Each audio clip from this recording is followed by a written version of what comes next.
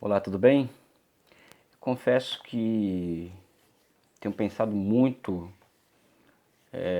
nas últimas horas, que antecedem esse encontro, sobre o tema que nós vamos tratar aqui hoje, que é o chamado segredo do combate à miséria absoluta. Eu falo isso por quê? Porque, primeiro, que o caso da China é um caso paradigmático, que tem que ser tratado em separado com outras experiências de combate à miséria absoluta. Acho que eles atingiram um standard de know-how nisso daí que o mundo inteiro tem que aprender com eles, por vários motivos que eu vou colocar aqui. E também porque a questão da desigualdade social, que, ou seja, a miséria absoluta, ela entra, a pobreza, dentro de um guarda-chuva que envolve toda uma economia, como falando no nível de disciplina, todo um pensamento social voltado a enfrentar essa questão, ela é a zeitgeist hoje das ciências humanas e sociais, como enfrentar essas contradições do capitalismo financiarizado, de um mundo muito conturbado, um mundo complicado, um mundo muito instável, ou seja, os últimos 30, 40 anos são crises financeiras atrás de crises financeiras, e depois de cada crise aumenta o abismo social entre pobres e ricos no mundo. Então como entender isso, né? E fazer ciência partindo desse objetivo. Eu gosto de fazer comparações históricas, né? Se nós nos transplantarmos para a década de 40, 50 e 60, o grande assunto no mundo, tanto nos países desenvolvidos ou países subdesenvolvidos, tanto do terceiro mundo quanto os países capitalistas desenvolvidos, os países socialistas, o assunto, a pauta era desenvolvimento. Então são vários pensadores que surgem em todas as quadrantes do mundo, de altíssimo nível intelectual, que trata dessa questão do desenvolvimento. E essa questão do desenvolvimento, ela foi sendo que deslocada, vamos dizer assim, do centro do debate nas últimas décadas, em prol da discussão sobre a questão social, né? Ou seja, a questão social, ela se transforma no centro da agenda das ciências econômicas e sociais no mundo. O caso da China, se eu fosse uma figura voltada somente à compreensão da dinâmica da questão social, ou seja, a questão de como as classes sociais elas se comportam diante da miséria, diante da riqueza, diante das conjunturas recessivas, diante das conjunturas as conjunturas de crescimento, né? É evidente que o caso da China seria um paradigma, porque o que eles conseguiram ao longo dos últimos anos não é brincadeira. Eu não vou me circunscrever somente a 49, a 78 para cá. A China, que é tomada o poder em 49 pelos comunistas, era o país mais pobre do mundo, com 90 a 94%, dependendo do índice, do pesquisador, da agência, varia de 90 a 94% de analfabetos no país. Não é? Então, esse é um dado evidente que nos últimos 40 anos a China dá um salto imenso em relação a isso, a ponto de não somente tornar a miséria absoluta, mantê-la em condições toleráveis para a sociedade. O objetivo dos chineses é acabar com a miséria absoluta. E eles estão muito próximos de alcançar esse objetivo, o que não significa que não tem outros desafios de caráter social a serem enfrentados na China. Isso, quando nós vamos falar de contradições daquele processo, vamos tratar disso com muita clareza. Mas eles estão muito próximos de alcançar esse objetivo. E se nós formos ver os 20 países mais populosos do mundo, tira-se Japão, Alemanha, e um ou outro país, porque Estados Unidos tem miséria absoluta, Brasil nem se fala, o Brasil voltou a namorar com esse drama da miséria absoluta nos últimos anos. Indonésia, ou seja, se tomarmos os 20 países mais populosos do mundo, somente Japão, Alemanha tenha enfrentado isso com sucesso. Estados Unidos é um caso que, desde a década de 80, com essas políticas incentivando somente o lado da oferta da economia, a produtividade do trabalho aumenta muito, só que os salários mantêm-se no mesmo patamar. Então, além de desigualdade social, nos Estados Unidos, nos últimos 40 anos, passou a conviver com bolsões e miséria absoluta, né? Um país de, salvo engano, 400 milhões de habitantes, entre 300 e 400 milhões de habitantes, não é? Enquanto que a China é um país de 1,4 bilhão de habitantes e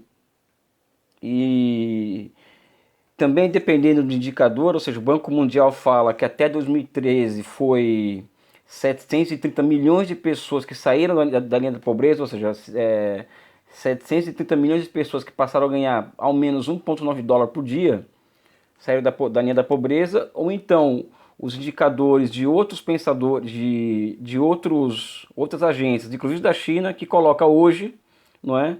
A China retirou da linha da pobreza 840 milhões de pessoas, entre 78 e atualidade, né? São duas vezes mais que a população americana, não é? E se nós formos também olhar para o mundo nos últimos 40 anos, é mais chocante ainda, né? Porque eu tenho muitos amigos liberais e mesmo os economistas liberais fazem uma propaganda do seguinte: olha, desde que o mundo desde que a desregulamentação do sistema financeiro, todo aquele processo de fim de Bretton Woods, financiarização, maior liberalização do comércio, abertura das fronteiras dos países, abertura das contas capitais dos países periféricos, ou seja, todo esse processo pós Bretton Woods, ou seja, eles colocam o seguinte: o mundo está muito melhor depois que tudo isso aconteceu. Abertura comercial, consenso de Washington, privatizações, isso em escala planetária, né? Isso se aprofunda muito na década de 90 para cá. Ou seja, o mundo depois disso melhorou muito. Então eles mostram um gráfico demonstrando que, por exemplo, a miséria absoluta ela caiu absurdamente no mundo após nos últimos 40 anos, que coincide com o retorno do paradigma liberal na economia. Só que isso é uma mentira, desculpa usar o termo, meio um tanto quanto deslavada, né? Porque 83% das pessoas que saíram da linha da pobreza entre 78 e 2018, que é a última informação que eu tenho, 83% são chinesas. A China foi responsável por 83%. Também aqui pode variar os índices de 75 para 83, sabe? Eu fico com 83% porque ele é mais fiel à verdade, não é porque elogia a China, mas até porque junto com esse processo de desenvolvimento vê muito problema também, mas no que está nessa questão do combate da miséria absoluta, os chineses dão um banho, né? E o que é mais engraçado, né? É que a China ela não obedece a nenhum paradigma, ou seja, ela não seguiu nenhum conselho do Consenso de Washington, nenhum. Nada do que se ensina, nada do que os economistas neoclássicos ensinam como regras de comportamento para uma economia alcançar objetivos de desenvolvimento econômico e social, a China fez. A China não seguiu nenhum conselho desses economistas, dessas agências, ela mantém boas relações com a FMI, com o Banco Mundial. Eu já me encontrei com delegações do Banco Mundial na China, conversei com muitos deles, ou seja, mas o fato é que a China não seguiu nenhuma recomendação de nenhum desses órgãos, né? Ou seja, ela não abriu a conta de capitais, ela não abriu a mão do setor estatal da economia, ela não mudou o regime político, ela não fez nada que isso recomenda. Ela não se transformou numa democracia liberal, não é? E eles conseguiram sozinhos representar 83% do montante de pessoas que saíram da linha da pobreza no mundo nos últimos 40 anos. O Vietnã, que é um outro país com regime semelhante à China, retirou 20 milhões da linha da pobreza. O Vietnã, que é o segundo país depois da China que tenha tido mais êxito nesse processo. E a questão é que eles estão conseguindo. E eu acho que nós devemos abrir nossas mentes, nós devemos abrir mão dos nossos preconceitos ideológicos. O mundo é colorido, ninguém é igual, ninguém é obrigado a seguir o caminho de ninguém, tá? Para entender por que eles conseguiram isso, como eles conseguiram isso daí. Eu vou falar um pouco sobre como eles conseguiram, de forma muito simples, rápida, de forma que nós tenhamos uma visão de conjunto da questão. Eu acredito, eu tenho muita dificuldade de achar que certos objetivos estratégicos são alcançados a partir da confluência de fatores que levaram aquilo. Ou seja, de forma meio que por osmose, as coisas foram acontecendo de forma que, ao ocorrer algumas coincidências, o processo acabou acontecendo e dando certo. Tá? Ou então, no caso propriamente da economia, trabalhar ali as variáveis da macroeconomia, ou seja, criar condições para amplas políticas de socialização de investimento ou de princípio da demanda efetiva. Então esse tipo de explicação que foca somente na economia também não me convence. Então, se me perguntarem numa apresentação, Elias, qual que é o segredo do combate à miséria absoluta? Eu explico da seguinte forma: foi uma decisão política do Estado Nacional Chinês dar um fim essa chaga nacional. A pobreza absoluta é uma chaga nacional para qualquer país. E aqui eu coloco uma outra questão, mas antes de entrar nessa outra questão, quero terminar de falar sobre isso. Então, a decisão política de se eliminar a miséria absoluta, ela foi tomada, não é? Só que dentro de um contexto que envolve discussões sobre desenvolvimento, sobre o papel das forças produtivas, etc, etc, mas foi tomada uma decisão política, não é? Assim como tem países do mundo que tomam a decisão política do seguinte: olha, o nosso objetivo estratégico em nível econômico é estabilizar, conferir dois níveis de estabilidade, estabilidade macroeconômica e estabilidade de preço. Não é? E nós sabemos que muitas vezes, para se alcançar essa dupla estabilidade, o custo social disso é muito alto. Pode ser o custo do desemprego, da própria miséria, né? Mas existem países que fazem esse tipo de escolha, como o Brasil fez durante muito tempo e continua a fazer, né? A China fez uma outra escolha, ou seja, a China fez uma escolha de crescer, desenvolver e acabar com a miséria absoluta. E ela, a partir desses objetivos, ela abre um relevo diante dela de opções em matéria de políticas econômicas que, como eles têm soberania nacional suficiente para fazer as coisas do jeito deles, eles fizeram as escolhas e deram certo. Então esse é um ponto, ou seja, é uma escolha política essa. O segundo ponto que eu acredito, que eu acho que é bom para o debate nosso, é o seguinte: isso também me interessa muito. Quem tiver artigos, opiniões sobre isso, tem muito interesse. É como que as determinadas sociedades, durante o seu processo de construção, como que certas sociedades elas se comportam diante da prosperidade, diante da diferença de classe, diante da miséria absoluta, ou seja, qual que é o comportamento de diferentes sociedades perante tais situações limite, vamos dizer assim. Isso é algo que me chama muita atenção. Eu pego aqui três casos, vamos dizer assim, de sociabilidade que eu acredito serem interessantes. Um é a Europa, outro é a China e outro é os Estados Unidos, para discutir essa questão da tolerância da sociedade a situações limite. O caso europeu é muito interessante porque se pega o século XX na Europa, percebe-se a construção de uma poderosa cultura social-democrata. Isso envolve sindicatos fortes, envolve entidades de massa muito fortes, não é? E inclusive durante muito tempo partidos comunistas muito fortes e convivendo lado a lado com o outro lado da cortina de ferro, que era o antigo o mundo socialista, etc., que isso também pressionava a Europa a colocar o seu capitalismo na gaiola, vamos dizer assim, né? Então, a sociabilidade europeia no século XX é muito isso, não é? E o resultado disso são sociedades, é uma sociedade que existe um acordo em vários aspectos, inclusive em relação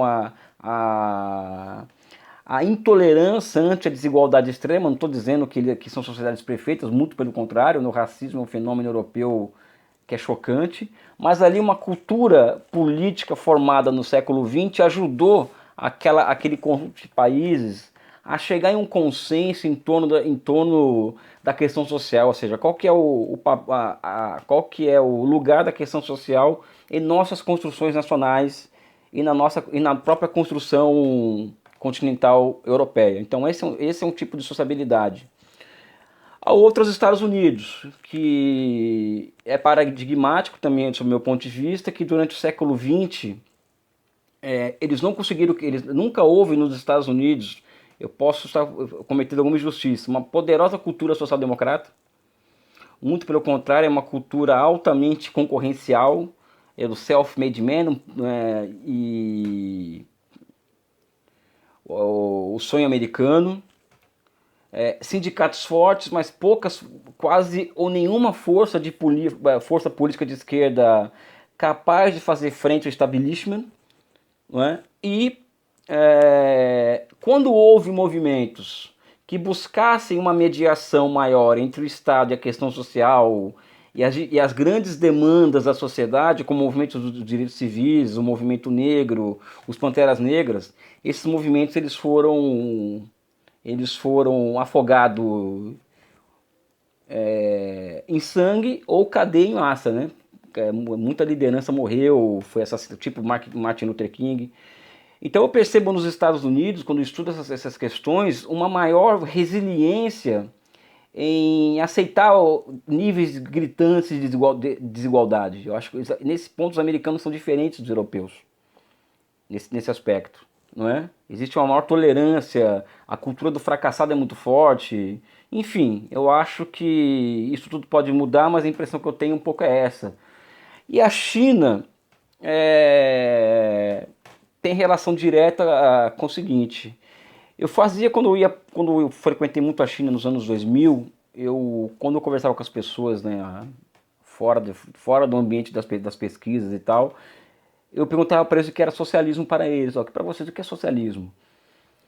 E uma resposta que eu tive, que era padrão, isso perguntava para pessoas comuns, não acadêmicos. Você vira aquela resposta: a socialização dos meios de produção, numa etapa inicial, somente os meios estratégicos serão socializados, a burguesia terá o seu poder político, será destituída de poder político. Ou seja, eu não queria saber desse tipo de resposta. A resposta que eu queria ouvir seriam outras, mais o povo. Quase que existe o senso comum do seguinte: socialismo é prosperidade comum. Ou seja, riqueza comum. Então esse é um ponto. E um outro ponto que eu acredito que ajuda a formar uma subjetividade capaz de provocar encontros em torno de um objetivo estratégico como esse, de enfrentar a miséria absoluta, é o forte senso de igualitarismo camponês na China. O Mao Tse Tung até hoje é é a principal figura política chinesa até hoje, independente do que o Ocidente acha dele, mas ele é quase como unanimidade na China, justamente que hoje a China é um país que é muito desigual, apesar de estar vencendo a miséria absoluta, e ele era um líder político camponês com uma subjetividade igualitarista muito grande. Então, os chineses hoje clamam muito por mais igualdade social. Não é somente combater a miséria, mas ter mais igualdade social, e o que significa isso, inconsequentemente, mais prosperidade comum. Então existe um casamento de subjetividades que, inclusive, é isso que o governo tenta alcançar, porque a China alcançou graus de diferença social intoleráveis para a população. Então os questionamentos à ordem não são nada pequenos na China também. Então o governo tem que dar uma resposta para essas demandas que são formadas ao longo de milênios de formação de uma cultura milenar, né? Então, ao casar esses dois, eu acho que essa ideia de socialismo com essa noção, essa subjetividade igualitarista camponesa, dá-se um caldo político para enfrentar um problema de monta como esse. Passado isso, a questão passa a ser outra para os chineses, não é? Quais são os meios para enfrentar essa questão? Aliás, esse é um debate muito comum na esquerda, inclusive, ou seja, como combater a miséria absoluta, a partir de políticas compensatórias, a partir de políticas de transferência de renda, ou o combate à miséria absoluta passa por crescimento econômico acelerado, desenvolvimento das forças produtivas, duplicações do PIB a cada 10, 15 anos, ou seja, por objetivos desse tipo. Eu acho que as duas questões não se anulam. O que eu fico um pouco entristecido é que amplas parcelas do campo progressista nacional e latino-americano não conseguem fazer um link entre combate à miséria, ou seja, eliminação da miséria, com políticas de desenvolvimento econômico de longo prazo.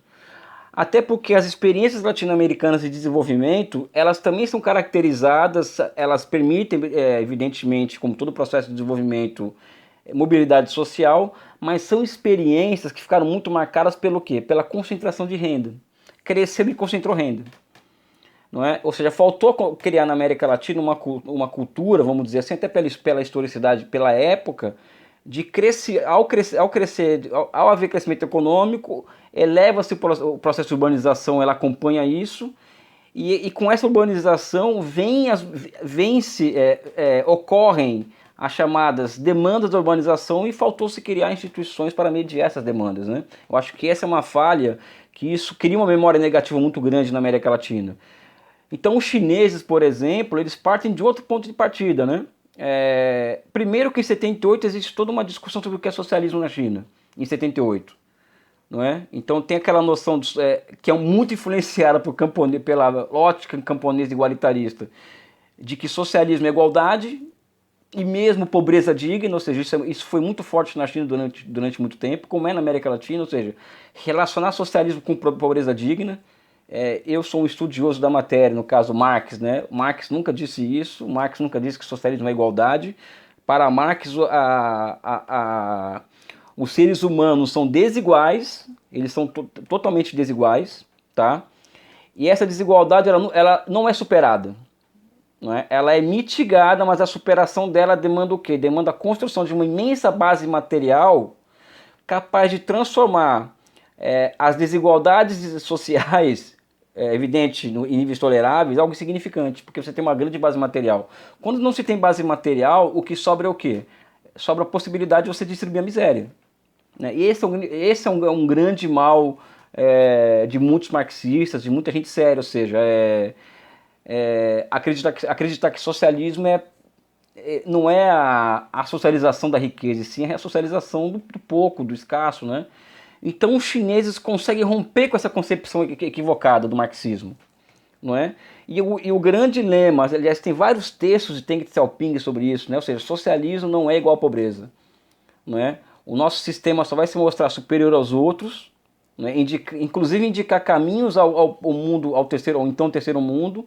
Se nós conseguimos duplicar o PIB a cada 10 anos e chegarmos ao patamar, em 2049, aos 100 anos da República Popular, quando chegar aos 100 anos, nós mostrarmos, temos o nosso povo, o povo ter tido acesso a um padrão de vida do tipo da Bélgica. O Deng Xiaoping ele tinha muito essa coisa da Bélgica, né? Evidente que tem custos ambientais, né? Mas você tem como meta prover ao povo um nível de vida em 2049 semelhante à da população média belga é uma meta que não é qualquer coisa. E eu acredito que eles vão chegar lá. Os chineses não são o que eles prometem, eles acabam entregando. Então existe essa batalha ideológica, vence essa batalha ideológica, a turma chamada reformista, não é? E a partir de 78, o grande objetivo do regime chinês passou a ser o quê? Desenvolvimento das forças produtivas. Não que não fosse antes. Antes de 78 existia uma disputa entre os que acreditavam que esse era o objetivo estratégico principal e os que acreditavam que a grande questão era ideológica, ou seja, temos que transformar a sociedade a partir do pensamento dela sobre si mesma e não a partir da base material que vai ser construída em torno dela. Em 78, essa turma, entre aspas, ganha essa disputa, não é? E desde 78 a China toma essa decisão política de se transformar num país medianamente próspero em 2049, e para isso vai ter que alcançar algumas metas, inclusive que eu chamo das duplicações decenais de PIB.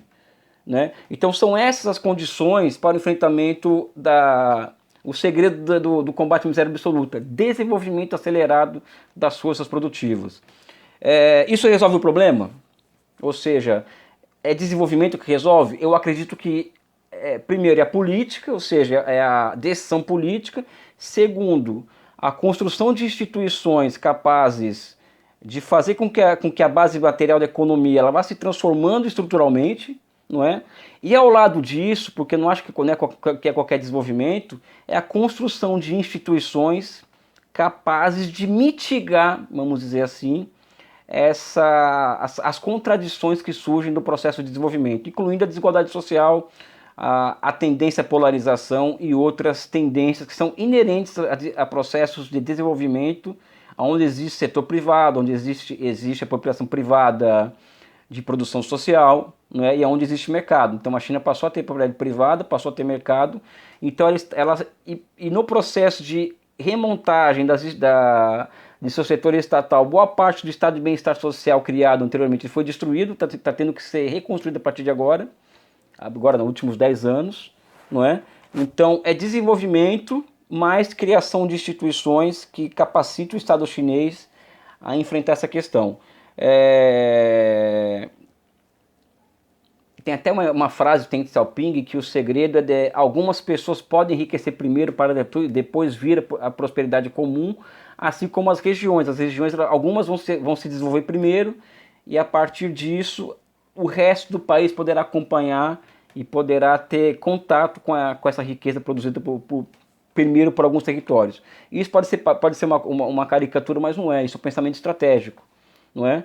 Tanto é que a desigualdade também passou a ser enfrentada na China. O fim da miséria absoluta na China, que está para acontecer, tem passado por políticas fiscais altamente agressivas, voltada para as regiões, a construção de infraestruturas e condições para grandes atividades econômicas, formação de mercados nas regiões mais pobres do país, não é? Então, o foco passou a ser, a partir da década de 90, em enfrentar a miséria absoluta aonde ela se encontra, de fato, que são as províncias pobres do país, do interior da China. Nos últimos anos, essa questão virou uma obsessão tão grande para Xi Jinping que, a partir de 2016 até hoje, ele despachou para o interior da China, no YouTube tem vários vídeos, tem vários artigos acadêmicos sobre isso, 750 mil funcionários públicos foram deslocados para as áreas mais pobres do país para levar conhecimento, know-how e técnica, né, para a construção de mercados regionais, locais, ou seja, aquela velha história de você construir mercados, né, de você construir condições ao florescimento de microeconomias de mercado, não é? O processo de desenvolvimento também é o processo de quebra de bloqueios de mercado. Então, nos últimos anos, 750 mil pessoas foram para o interior do país trabalhar nisso daí. É uma obsessão chinesa acabar com a miséria absoluta. E vou dar mais dois exemplos para terminar. O Alibaba, que é essa empresa desse bilionário, uma figuraça, ela, por exemplo, ela montou um esquema de Rural E-Commerce Centers, Taobao Villages,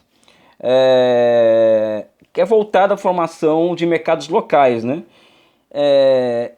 Atualmente existem mais de 2.000 Taobao Villages, conectando 200 mil estabelecimentos comerciais nas cidades e nas localidades mais pobres do país. É como pegar o iFood, esse esquema que tem aqui no Brasil, você transforma isso, eleva isso à 10ª potência e se aplica à China, ou seja, usar o setor privado do país, como ele é dependente do Estado, do crédito estatal, também a enfrentar esse desafio do combate à miséria absoluta.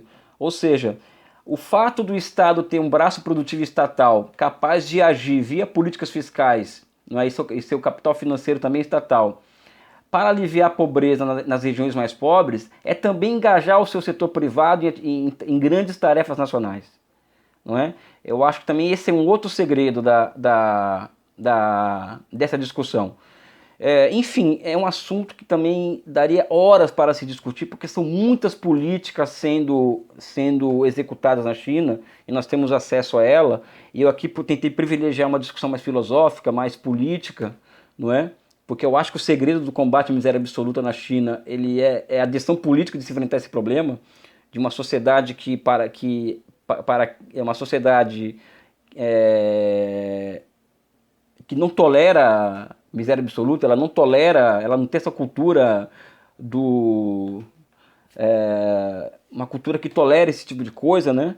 E a China hoje, a partir dessas demandas criadas pelo processo de urbanização e pelas das demandas surgidas pelo próprio processo de desenvolvimento, ela está pronta para transformar, construir até 2030 o maior estado de bem-estar social do mundo. Esse é o objetivo dos chineses. Não sei se eles vão conseguir, aliás, acho que vão conseguir, mas a meta deles é ter em 2030 a maior rede de proteção social do mundo, saúde, educação, previdência social, que são instituições que foram tanto quanto que